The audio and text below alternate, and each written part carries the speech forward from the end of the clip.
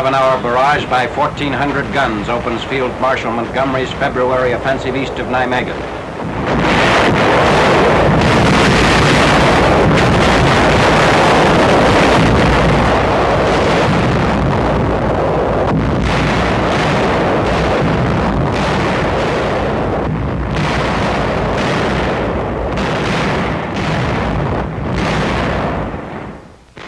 At 10:30 hours, 8 February, infantry of the 1st Canadian Army jumps off on a front between the Maas and the Rhine. In the path of the drive is the Reichswald, its natural barriers strengthened by a belt of Siegfried-Line pillboxes which run through the forest. Thick minefields and anti-tank ditches also confront the troops under General H.D.G. Creerar's command. A pillbox is knocked out.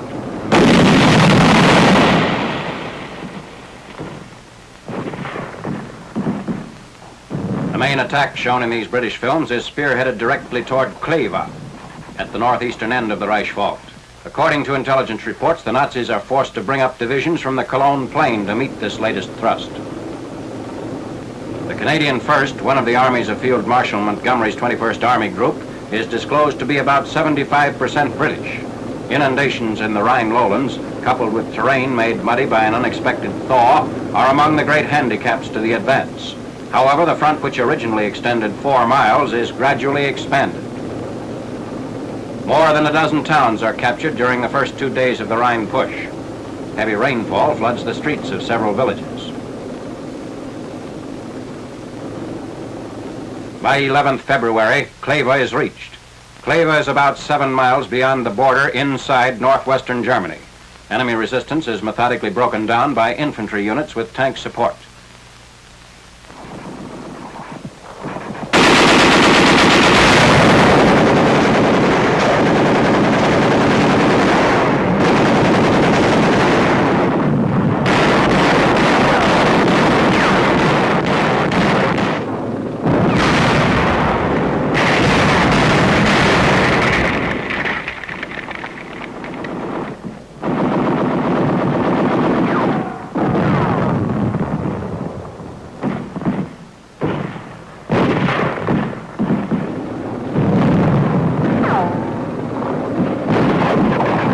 Had a pre-war population of 22,000, and as of 12th February is the largest German town captured by the British and Canadians in their drive southeast toward the Ruhr.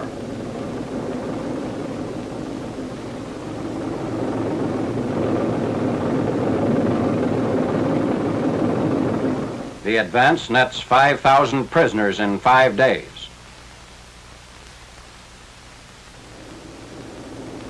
Below Kleve, Britons and Canadians drive on Goch, junction for roads running into the industrial district west of the Rhine. 81mm mortar crews supporting the infantry early in February during the elimination of the German salient in the vicinity of Agno.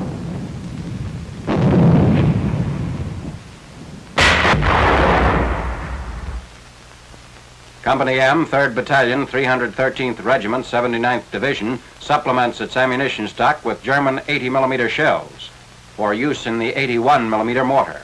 According to the company commander, the difference of 1mm in the tube of the mortar makes accuracy of fire impossible. The objectives are enemy strong points across the Moder River.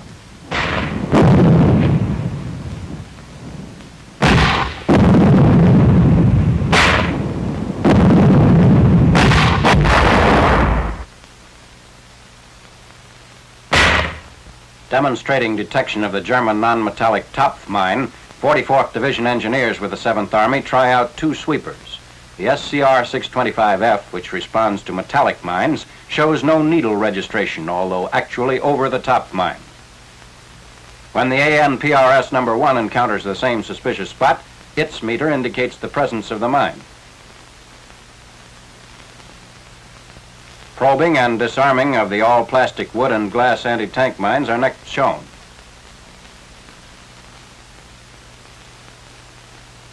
Last November, a German field manual dealing with the Topf mine was located and reprinted by the 15th Corps Engineer Intelligence Section.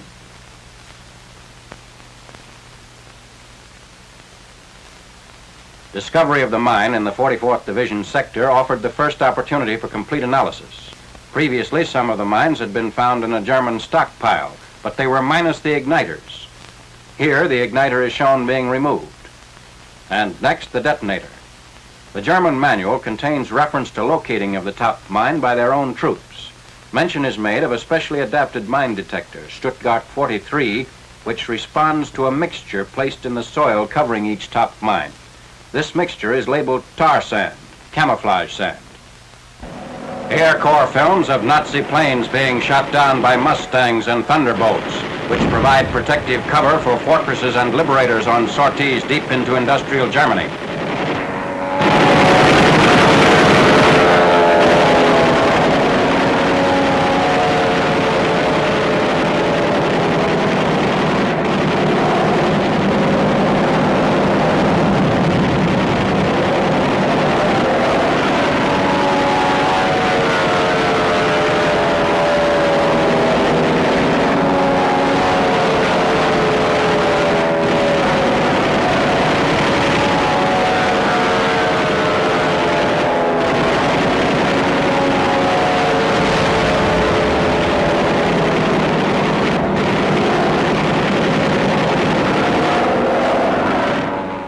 Air Force fighters strafe rail targets.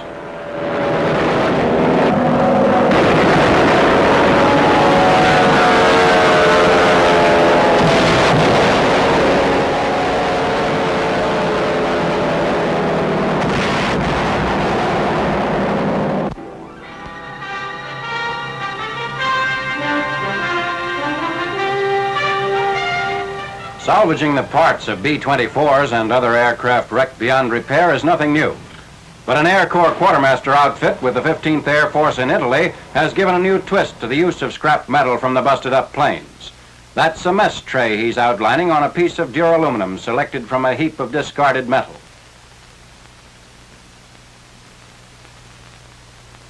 When they get a sufficient amount of adequately sized old metal, they'll start producing the trays for the boys at the base. What is taken away for this purpose actually makes only the slightest dent in the scrap pile, the bulk of which is returned to the States to be sold.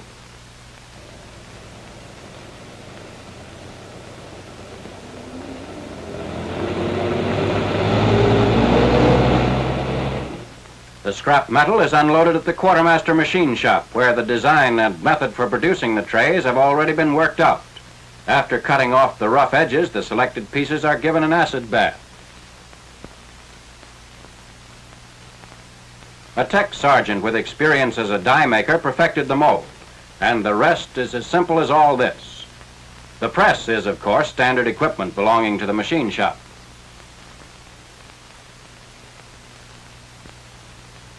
Practically ready for use, a compartmented tray that'll do away with the pile-up of several courses on a single plate. Surface dirt is removed, rough spots trimmed clean, and the tray is ready for issue at the next mess call. Old mess kits are turned in for the new serving tray. It makes things easier all around in dishing out the grub as well as receiving and eating it. A lot pleasanter than disentangling the spam from the string beans in the bottom of a mess kit.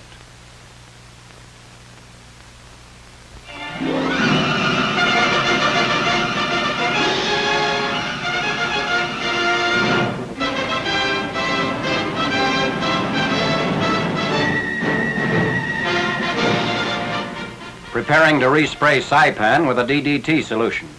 Men of the 743rd Medical Sanitary Company load 5-gallon tins of the Army's insecticide. Soon after initial landings here last summer, an oily solution of DDT was sprayed from the air over jungle and swamp. The resulting extermination of disease-bearing mosquitoes and flies was commended by Brigadier General Raymond W. Bliss, Assistant Surgeon General. He said, "Now, if one mosquito is located, we consider it comparable to finding a four-leaf clover." Respraying is necessary because the toxic effect of the insecticide wears off about every 4 months. After being poured into drums, the DDT solution is pumped into a converted belly tank inside the plane.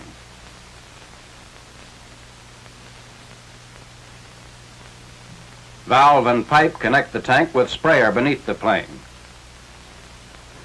As the plane hedge hops over the breeding places of malaria and dengue-bearing insects, DDT is sprayed in a pattern as regular as that of a lawnmower.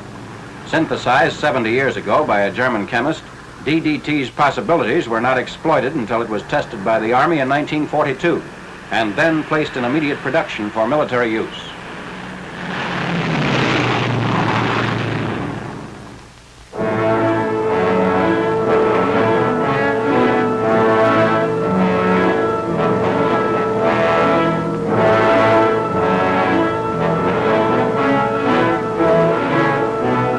On 21st January, British units approached Rumri Island, 50 miles south of Akyab, for the second Burma landing within a month. Heavy bombers of the RAF and American Air Forces wing toward the interior of the island. Bombing from 6,000 feet, they meet no enemy planes and only slight ground fire. 360 tons of fragmentation bombs are dropped on the fortifications in the wooded hills approximately a mile inland from the beach.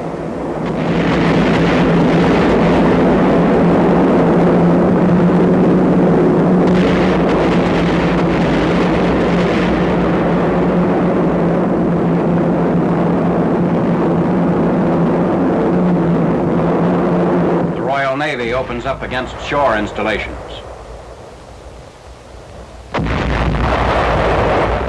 The coordinated bombardment reduces the enemy shore defenses.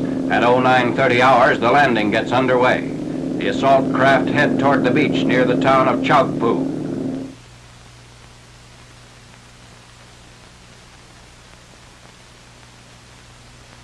The men encounter practically no opposition. Within an hour of the initial landings, a beachhead is secured on the end of a heavily mined but disused airstrip.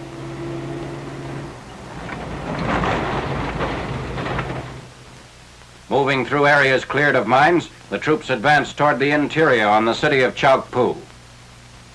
Within a few hours, the troops occupy Chaukpu. Seizure of the island of Rumri gives the Allies a new base with potential airfields flanking South Burma. It also threatens the enemy's important port of Tongup.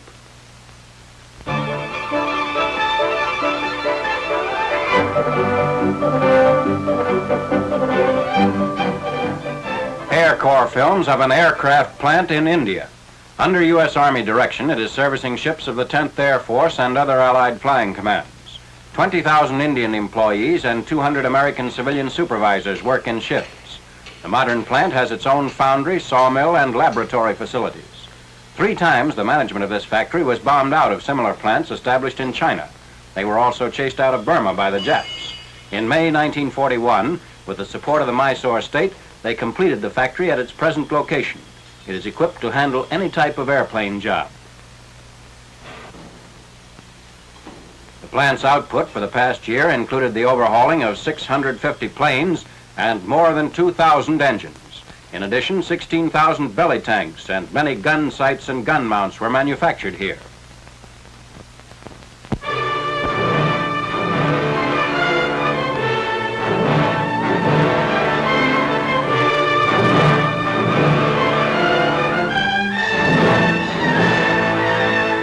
The first convoy over the new Stillwell Road approaches its final destination 24 days after leaving Lido, India.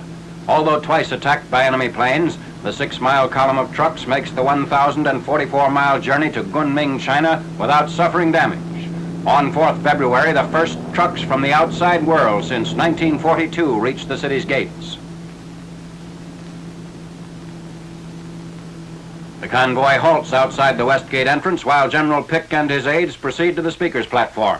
He's introduced by Major General J.L. Huang. This first convoy over this road, the governor and the commanding general of the Generalissimo's headquarters is now presenting to General Pick a banner on which is scrawled these 4 letters, 胜利之路, which means the road to victory. General Pick.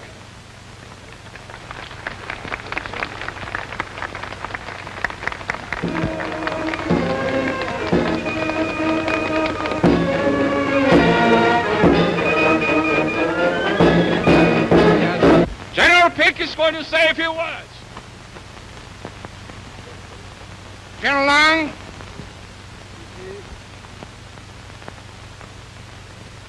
as convoy commander, and on behalf of the officers and men of the first convoy over the Lido-Burma Road to Kunming, China, I accept this banner in their behalf.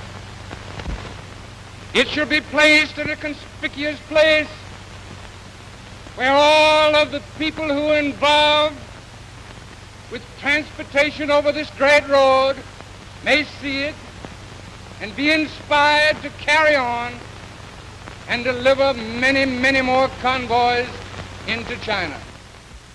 After the ceremony, General Pick and his party leave the stand with Lung Yun, governor of the province of Yunnan.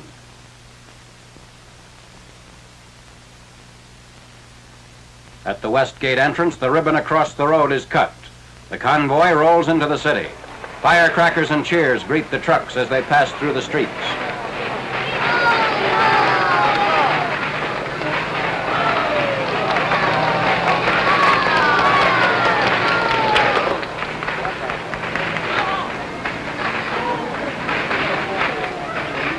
Opening of the Stillwell Road means that aircraft will be partly relieved of the task of carrying gasoline and trucks over the hump to China, leaving more airspace available for other vital war materials.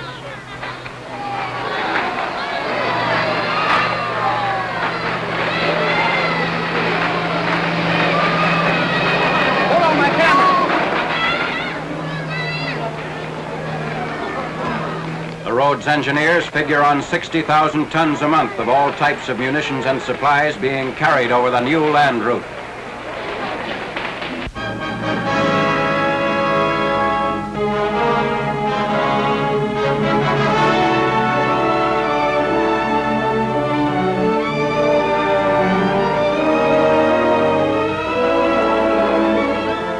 American troops pushing the Japs back in northern Luzon pass wrecked Japanese tanks destroyed in an unsuccessful Jap counterattack at Binalonan, Luzon. At least 20 enemy tanks were knocked out in this action. A Jap who tried to commit suicide with his hand grenade, killed before he could pull the pin. The drive south on Manila sees heavy fighting at Kamiling by units of the 14th Corps. Advance elements fanned out south and east on the Lingayen Plain leading to the Philippine capital. Kamiling is an important communication center in northern Tarlac province.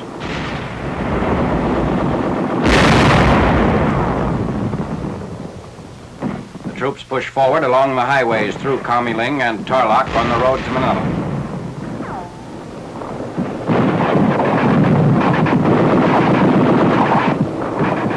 Continuing their progress southward, troops of the 14th Corps bring up artillery to attack the Clark Field area, which is subjected to heavy shelling before tanks and infantrymen move in.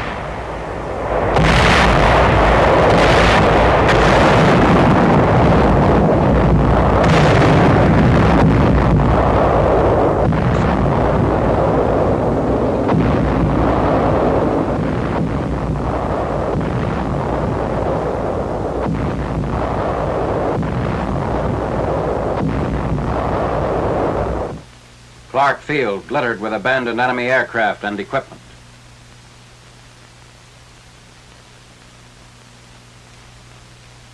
Troops remove mines and booby traps planted by the Japs in many of the 12 airstrips comprising the Clark Field area. General MacArthur at Clark Field, 26 January, shortly after our troops had driven the last Japs from the sector.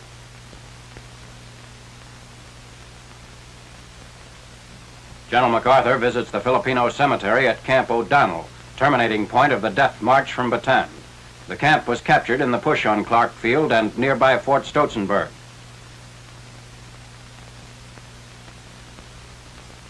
Preparations are made for an attack on Hill 70, strongly fortified Japanese position barring the way to Manila. This sector was honeycombed with Jap pillboxes and dugouts. Mortars, flamethrowers, and grenades are used to root out the entrenched Japs. An explosive charge in a 5-gallon gasoline can is improvised to blast an enemy position.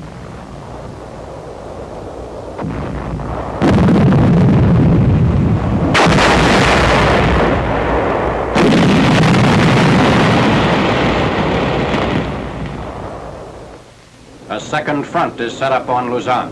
Tanks and infantry of the 8th Army's 11th Corps, which were put ashore in a surprise landing northwest of Subic Bay, push inland in a flanking movement on Manila.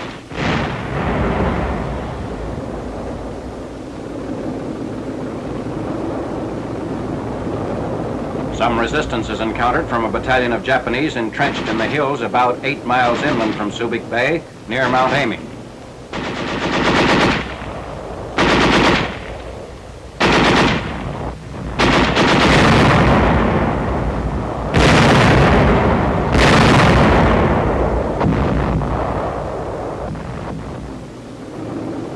The Japs, unable to contain our advance on Manila, set fire to the area before retreating.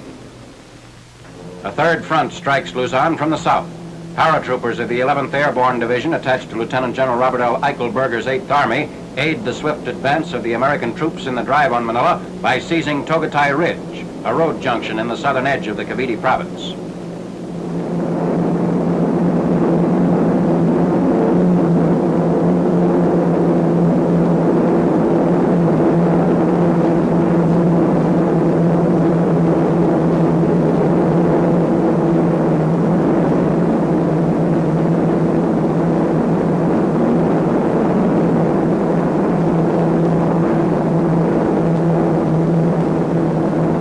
Capture of Togatai Ridge will give our troops dominant positions overlooking Cavite and the southern approaches to Manila.